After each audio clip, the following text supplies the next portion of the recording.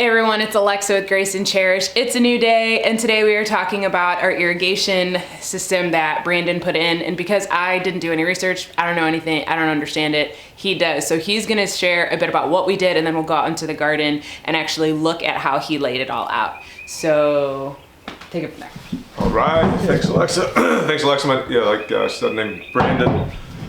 Installed extraordinaire. I'm a guy.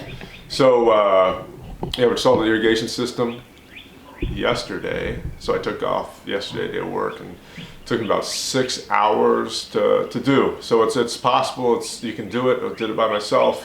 But we have like a 50 by 60 garden plot. So it's a 50 by 50. 50 by 50, plus then 2 more that we're going to do later. So it's a fairly decent size garden plot. Before I get started, I'm going to talk to you about how I end up planning it, and kind of the information you need to know in order actually to execute it. But before I get started, I know irrigation seems like a daunting task. It's really, it's not hard, it just takes time. So keep that in mind. You have to be kind of detailed, more detailed than I think I like to be, but it's definitely doable, and it doesn't have to be perfect, because there's a lot of ways to fix issues if things aren't exactly how you want it to be, and I can talk about that a little later. But the first thing you need to do with the irrigation system is you need a picture. So Alexa made a picture. I don't know if you'll be able to see it, that's why I did it on the whiteboard, but she made a picture of all of our raised beds and other beds. And so what I ended up using was this picture that she made. It has, and I'll just refer to this, but because her picture is much more detailed. So here's kind of a overview of what it is. And there's some raised beds. There's 4 raised beds here on the left, and then everything else is on the ground. And then what she did is she planned all of our all the plants and fruit and everything else that we're going to have in each bed. So the first thing you do is map out what your garden actually is going to look like. And then the second thing to do is try to figure out how much water those plants would need. And so I think our biggest, how I did it, I took our biggest water need, which I think is going to be watermelon. But there's others that are kind of high water need too. And I essentially said, hey, look, if we want to put watermelon in a different bed next year, I just want to have the water already there and good to go, so that we could change watermelon to a different bed. And that'd be fine. So what I ended up doing is taking our worst case scenario for water, and I put it in all the beds. So we ended up using drip tape. I'll get to that later, but the actual tape is not that expensive. It's really a lot of the fittings that are. So if you end up just putting if you end up doing another 100 foot of drip tape, it's really not that much more expensive. And then how it works, you can turn off certain different drip lines. How I did it, you can turn off drip lines here and there, such that if you're not using it or if it's too much water, you can turn it off. So I took the worst case scenario water. So our watermelon will be in that bed. And the watermelon will be in that bed. And I applied that to all the other beds. So what that ended up looking like is, and you can kind of figure it out different ways, but what I ended up researching was, if I have drip tape that's 6 inches apart, which is right here is what drip tape looks like. If the emitters, so emitters are where water comes out, if they're 6 inches apart and they're 1/4 gallon per hour, that's going to be enough for my watermelon. And if I need a little bit more, I just keep the drip tape, the water flowing for longer. So, like I said, the first thing is you need to figure out what's your plan, right? And the second thing you need to do, sorry, my daughter gave me some dowels right before we did this video. And we're also using their easel. Yeah. Our kids' dowels. She didn't know what to do with it while she's cleaning up her room. So, all right, so anyway, then what you need to do is try to come up with a plan for how you want to route your irrigation. There's a couple different ways to do irrigation. There's a drip tape route. There's there's the irrigation tubing route. This isn't quite the drip tube, but there's different ways to go about it. I ended up just coming up with drip tape because it was the simplest. It had the least number of fittings. So what you'll see is a lot of the cost comes into the fittings. The actual drip tape or the irrigation tubing isn't that expensive. It's all the fittings that go along with it. So I try to minimize my number of fittings. And drip tape did that. And it also is just really easy to lie down. And yeah, I think it was actually a little less expensive too. And the drip tape I got was I think it was 15 mil thick. Yeah, just because it lasts longer. But also didn't want to set up like a permanent irrigation system per se, like because in case we change something or move something around, I don't want to invest thousands of dollars into this thing and be stuck with what we have if we want to do something totally different. So anyway, so with that being said, that you kind of have to make that decision of where you want to go before you lay out everything, because it changes a little bit of how the layout will work, but it's pretty close. But anyway, so I tried to figure out my mapping to make it as simple as possible for all of our irrigation needs.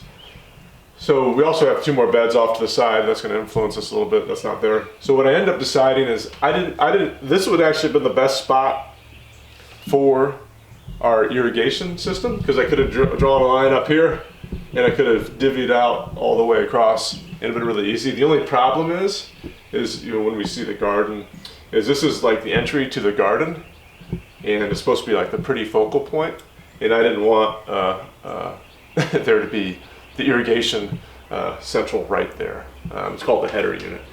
So what's it? It's called the header unit? The header unit, yeah. The header unit comprises of the filter, your pressure reduction, and a couple other things. And it's just kind of a bulky unit that just doesn't look that great. So you kind of want them off to the side. So what I wanted to do is actually, I was eyeing the back.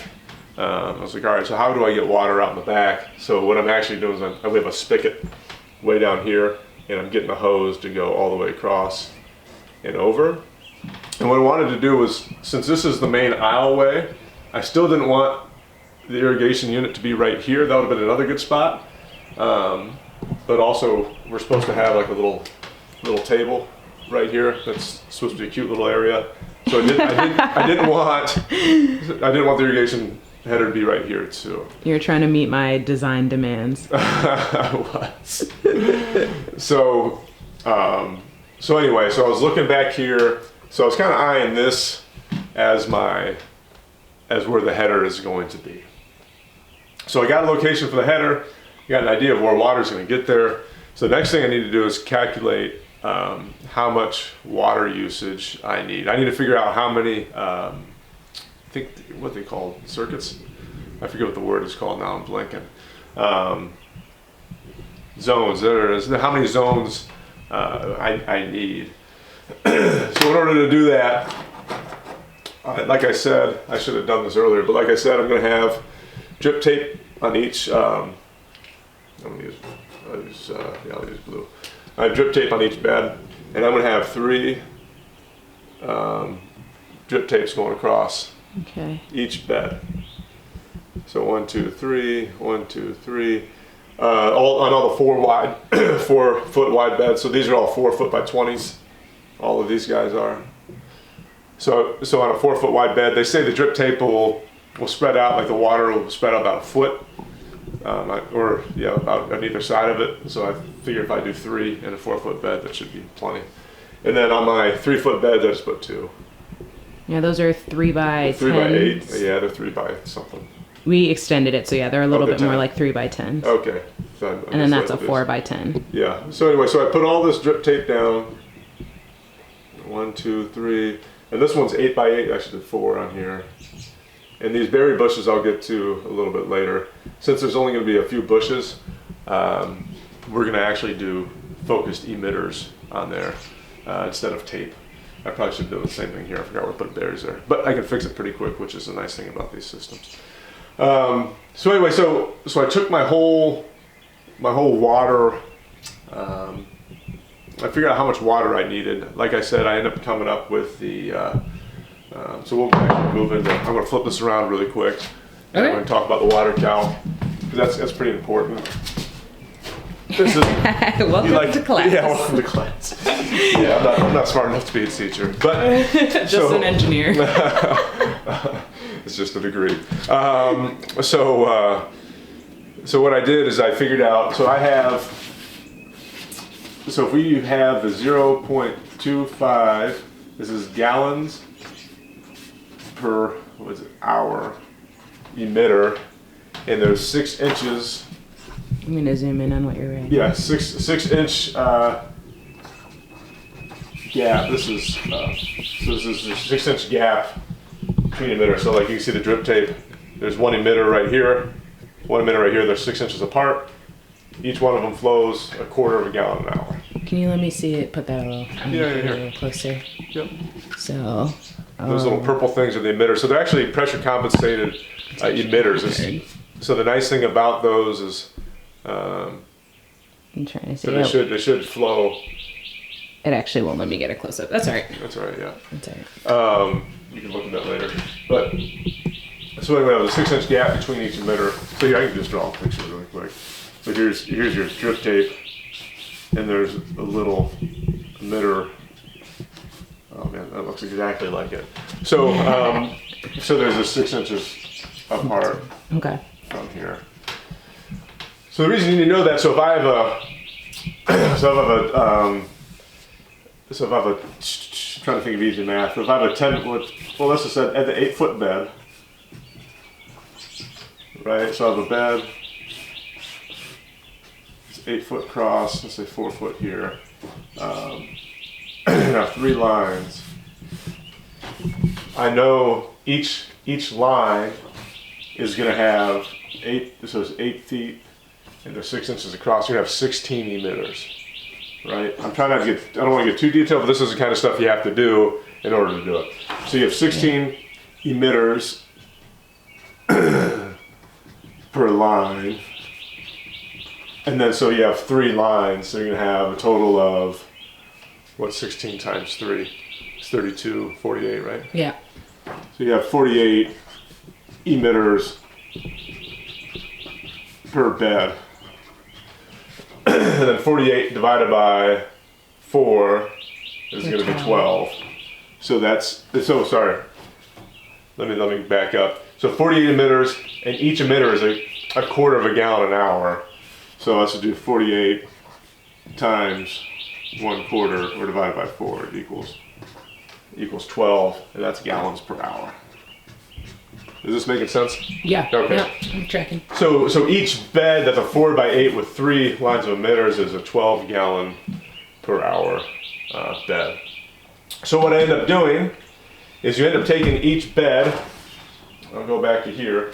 I'm gonna flip it back around. Well, you end up taking each bed and you add up your total gallons per hour usage that you need. So I think we end up coming up, this isn't totally true, but it's just for purposes, we end up coming up with 450 gallons per hour on our system, roughly. You don't have to be perfect, it just needs to be within 10-15% here. So this is how many gallons per hour, that's our usage, right? So we have our usage, you know it, you're close, you don't have to feel 100% confident about it, but you got it. Then you're gonna go to your water source, whatever it is. Probably most people will be a water spigot. You could have a pump out of the pond, whatever it is, or out of the well, or whatever you got. What you need to do then is go over to that water source. What I did, we have a spigot in the back, and you need to figure out what your flow rate is, and it's pretty simple. So what you do is you take a 5-gallon bucket or any kind of known capacity thing that you have, and you turn the spigot on full blast, and you fill up that bucket, and so let's say it's a 5-gallon bucket. At the end of it filling up, you just take the total time. So let's say we have 5 gallons, and it took let's say it took a minute to fill up those 5 gallons, right? So it's 5 gallons per minute. And then, but we need to go to gallons per hour, 60 minutes an hour. So 5 times 60 equals 300 gallons per hour. So that's my total, so I'll just call it the spigot. Sorry, I'm right sideways here. The spigot flow. Right? Can you angle the camera sideways, or should I just write vertically? Oh, you're Anyway, so this is our we'll just call it the total demand, right, of the irrigation system. It's 450 gallons per hour, but we only have 300 gallons per hour flow. So what that means to me is we need 2 zones, right? We can't water this whole garden with one zone, or we can't just plug all the drip tape up to the hose. We need to split it in 2. So we need two zones, right? And so ideally, so I took this 300 gallons per hour. I think ours is actually like 250. So my target was to try to match that evenly in case we wanted to add something to it. We could add it on either one. So with that being said, so the whole reason of this is to know what your flow is, your demand, and also our big thing is we need 2 zones, right? That was the big thing for me. We need 2 zones. So now flipping this back around, we did some math. Now I need to map this thing out. Oh man, I lost my calibrated piece of paper here to prevent the rocking. There we go. So now I identified where I'm going to be, identified where my spigot is. I'm just doing a hose from here to there. I can show you out in the field later. But now I have my area. I got to think about, hey, what's the smartest way to do zones? So what I ended up doing, so these are all 4x20s. I know my awesome picture isn't to scale, but this is going to be a lot of water usage here. And you can calculate how much gallons per hour that is. We're not going to do it right now, but it's straightforward. So what I ended up doing was I ended up just dropping a straight line of 3/4 inch tubing. I used 3/4 inch tubing instead of 1/2 inch tubing because of our water demand and the amount of length that we need. There's a rule out there that talks about if you have a 1/4 inch hose versus a 1/2 inch hose versus a 3/4 inch hose, and 3/4 inch hose ended up being best for us. So I just drew a straight line down here and then put 3 pieces of drip tape in each one. And it's that easy. And so this gets all these 5 beds. It's really easy. So that's zone, let's call that zone 1. And I have a question. Yeah. You said that, so those are all in-ground, we know those 5 beds are all in-ground beds. Okay, but my question is, yes. So it says flowers, watermelon, flowers. You said that you laid it out that way because then if we wanted to, say, move the watermelon to where the beans are, we could do that easily and you wouldn't have to worry about it. Yeah, so the only thing, that's why I did it. I took our max water flow. Because the only reason I'm asking that is because technically that flowers, watermelon, flowers was from our first iteration, and now we were gonna actually go flowers, watermelon. Yeah, it don't matter. So then I can, so the only thing that's gonna be goofy are these berry bushes. Which those will stay. Yeah. Because those are gonna be different. They're individual emitters versus the drip tape, and I'll get to that in a minute. Yes, and we're gonna keep those will stay, but the flowers. The berries are pretty permanent. Yeah. But flowers, they come and go each year, and everything else. So. Right, yeah, because they're all annuals. These are bushes. Yes. Does that make sense? Yes, yeah. I just wanted to make sure because our hoops that we're doing are actually where the watermelon are, so we're gonna move the watermelon to the. Yeah, it doesn't matter. Awesome. Okay. For us, yeah, it won't matter. Yep. So it's all good. So that's zone 1. So it's really easy. When I actually did this work, it took me like an hour and a half. It was really easy. Because they weren't raised beds. Raised beds are prettier, I guess, but they're a lot more work for irrigation systems. But tell me how you really feel. I feel, you know how I feel. So then that's zone 1. A lot of water usage there. So zone 2. Also keep in mind this is the main walkway. I know I've said that 3 times, but the picture is terrible, so I just want to reiterate. This is the main walkway, so I didn't want really any irrigation in there. Yeah, right? Because it's like a 4-foot wide walkway. I'll show a picture. And there's pre-arches and all that stuff too, trellises. So what I wanted to do is keep this along the back, and I did. And then I dropped it, I forget how I actually did it, but it doesn't matter. So I dropped it, no, I went over, yeah, I went right here. I dropped down here. No, that's not right. Sorry, I'm going down here. I actually went this way. And I came straight down this way, which makes more sense. And then it came over. And then you have to actually split this into two. So it came up over here, and then there's one continued down to here. So let me get rid of this line so it's not confusing. Perfect. Yep. So then I split. You got here to here, and then all the. So here's my zone 2.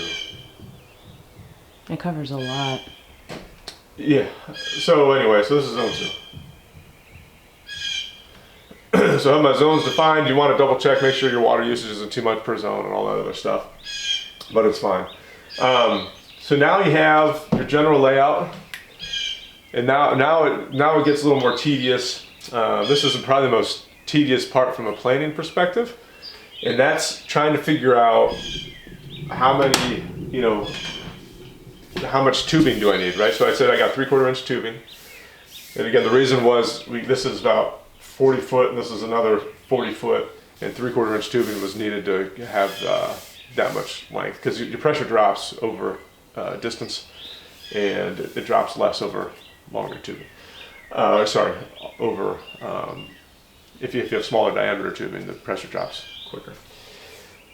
So what you need to do then is figure out how much tubing you need. So you draw a line that's 50 foot. So this zone 1, I need 50 foot of tubing. Really easy. Over here it gets a little more complicated. I add 40 plus whatever this is, 20 plus another 30 plus another 20 plus another 10 or whatever it is, right?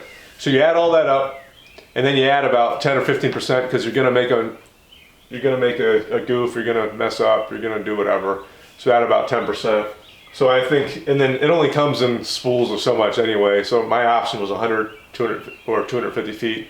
I think I needed around 200 feet, so I just went with the 250, and I had a little bit extra, and that's fine. So then you figure, so you have your, let me use a different color. So it came up with your tubing. So I did that. The only caveat to the 3/4 inch tubing was I also, since the berry bushes are here, I used 1/4 inch tubing for individual emitters. Am I going too detailed, Alex? I'm going pretty detailed, I'm sorry. No, you're great. I mean, so you did the work. These individual emitters, I use 1/4 inch tubing for, because that's what they're designed for. So I use 1/4 inch tubing. I haven't used it yet because I haven't done it yet because we don't have the bushes in the ground. But you take this 1/4 inch tubing, you can actually make a hole with this hole puncher right here into the 3/4 inch tubing to get your 1/4 inch run. Oh, that's nice. So it's already sized. It's already sized, yeah. And then you put your emitter into here, and you put it in there, and then you already go. So these emitters come in like. Wait, where do you put it into? Just in front of the camera so you can see it. It's gonna be kind of. You just put it into your 1/4 inch tubing right there. Okay. And then water comes out of the green part. Each color. I mean, I think this one's a 2 gallons per hour emitter. You got half a gallon per hour, 1 gallon per hour, 2 gallon per hour. I don't know if it goes any more than that. So I end up sizing it for our blueberry bushes that we needed. So very, it's pretty straightforward. That's and nice. And then so what I did here for the 1/4 inch, we're gonna have like, I don't know, what it has, 3 or 4 bushes. I just assumed we're gonna have some 1/4 inch tubing going up and over, and so that's a total of like 20 foot of 1/4 inch tubing, and so I just bought 25 or 50 because I wanted to. And then so you figure out how much tubing you need, you figure out how much drip line, and then that's very simple math. Each one of these is 60 foot of drip line, and you add it all up. Oh, you did 60 feet for each bed, and then just cut into 3 strips that are 20 across. Yeah, so 3 strips that are 20 across. So you have 60, 60, 60, 60, 60, 60. Yeah. This one's what, at 48. And you add all that up, and you end up coming with, I don't know what we had, 600 feet of drip line. I ended up buying 1,000 feet or whatever it was. Just to have the extra. Just to have it, That makes sense. because you couldn't buy a 600 foot. Either it's 500 or 1,000 or whatever it was. Yeah. But drip line's pretty cheap. And so anyway, you got the drip line, and the most difficult part is trying to figure out how many what fittings you need. And you said that's the most expensive part. And the fittings are most expensive too. Okay. So I'm gonna talk about fittings real quick. Again, if I'm going too detailed, let me know. Hey, do your thing. So on every bit of drip line, you need to be able to punch. You take a hole punch. Actually, I'll just show you. That way it's easier. So here's your 3/4 inch tubing. You take this punch. Just make sure it's the right size for your fitting that you got, and you just poke a little hole in it. I'm gonna try to zoom in. Poke a hole in it. Awesome. Pretty easy. You take your. This is actually the drip line comes at 5/8 inch. You take your. This is a valve, so it connects. It does two things. Well, it does three things actually.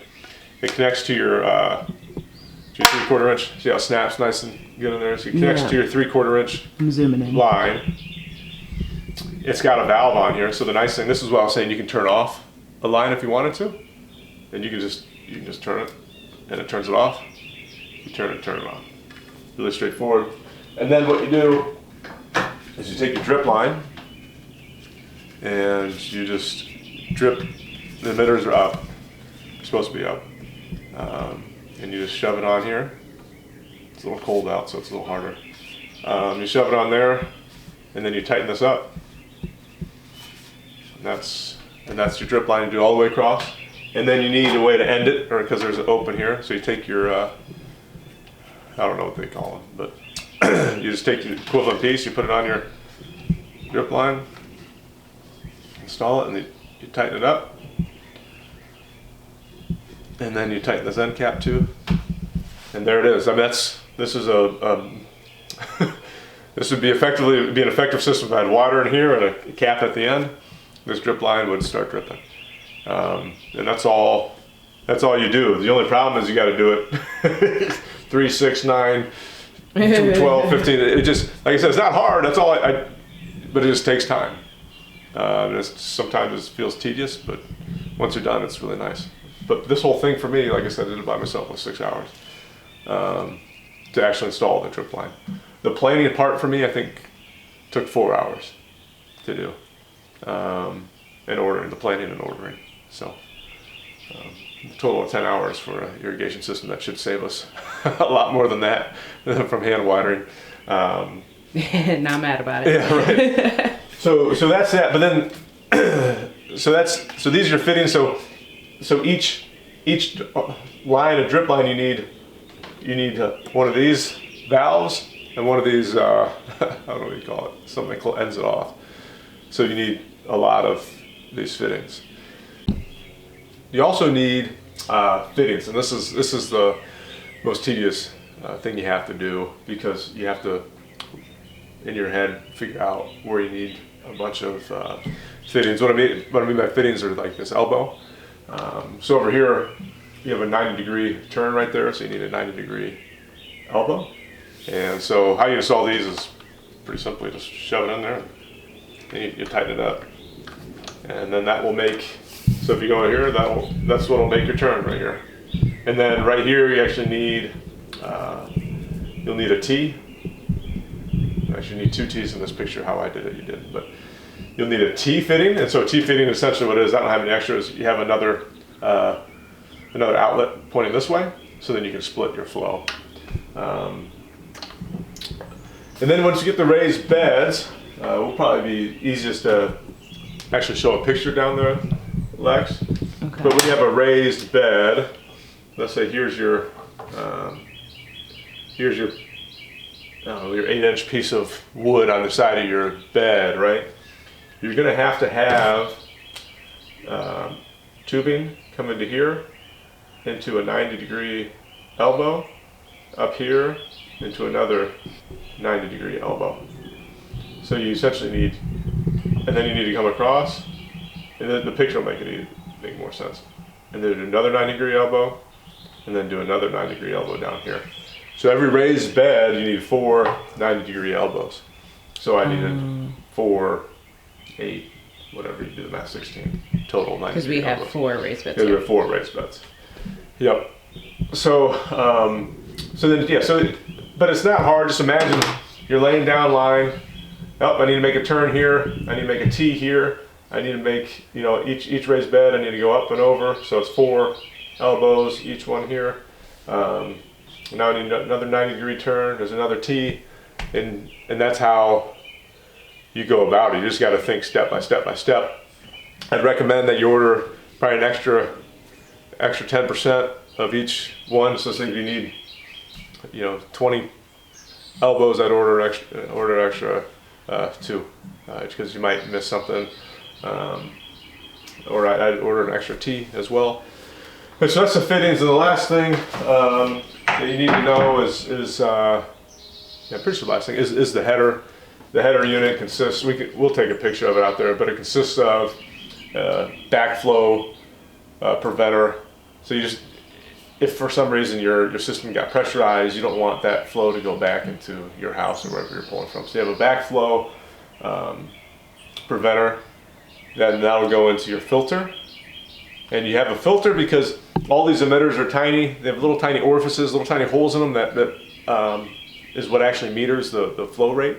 And if those get covered, if you actually have little tiny dirt that goes through your system up through one of the emitters, it can clog it. So you have a filter unit, and then you have your pressure reducer. So all these hosing and all the hosing and the drip line, everything else isn't rated for about 80 psi like what your house is. It's rated for much less. I think 40 is the max for the drip line, and I think this can handle a little bit more. But we did 15 psi because where I was looking at recommended. And that way, it's more forgiving. There's less chances for leaks and everything else. The lower the pressure, the less leaks you have. But then, if you have a longer runs, you need a little bit higher pressure. So I chose 15 psi based on that information. And then, so that's your header, and then you need some way to get from your pressure reducer to whatever line you're running. So there's one more fitting. So it ends up being the pressure reducer, filter, your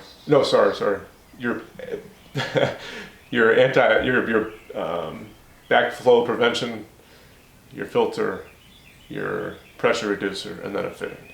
So you have 4 pieces that will plug right into your spigot or your hose, and we can show that in a little more detail once we head out to the garden.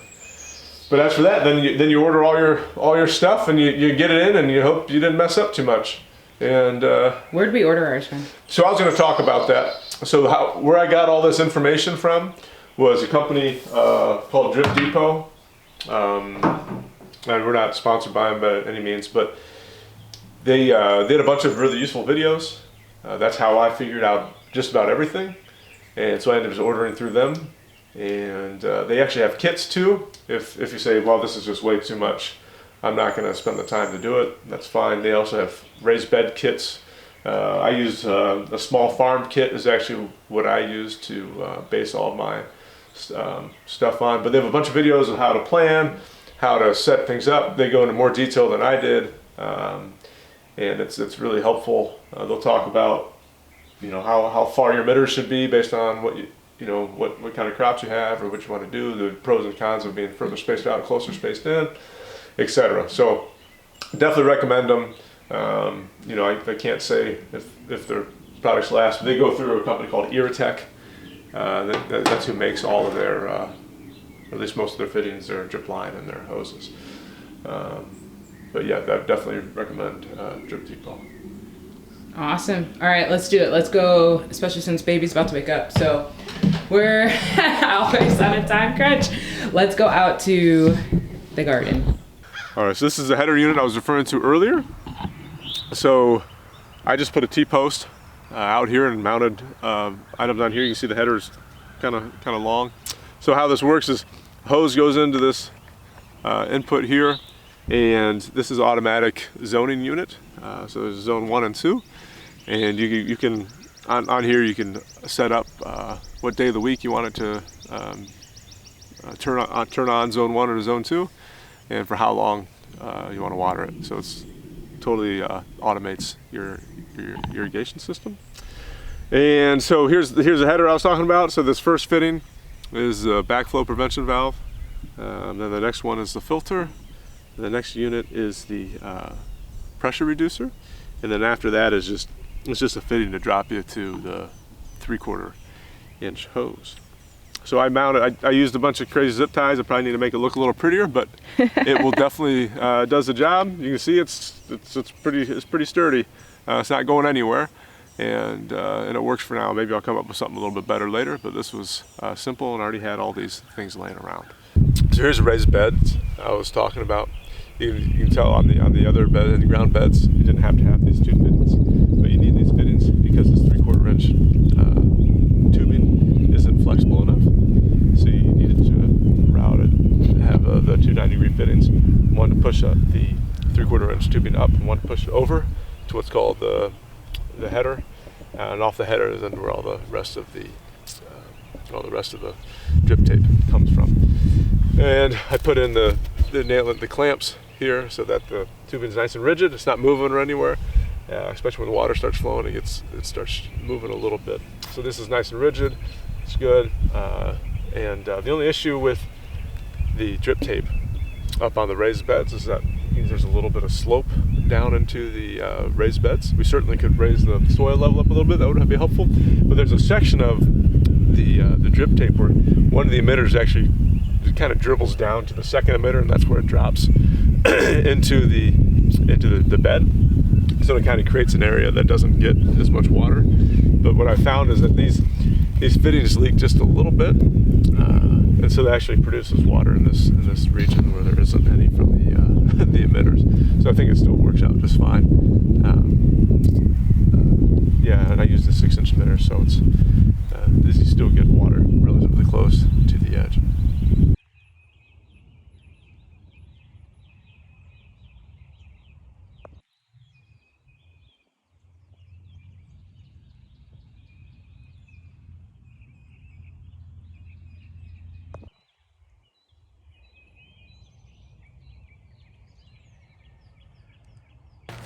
All right, everyone, thanks for hanging out with us today. I hope that was helpful. If it was, make sure to like and subscribe the video. And as always, I hope that you know that you matter. You're a person of great significance, so go love others well, and happy gardening. See you next time.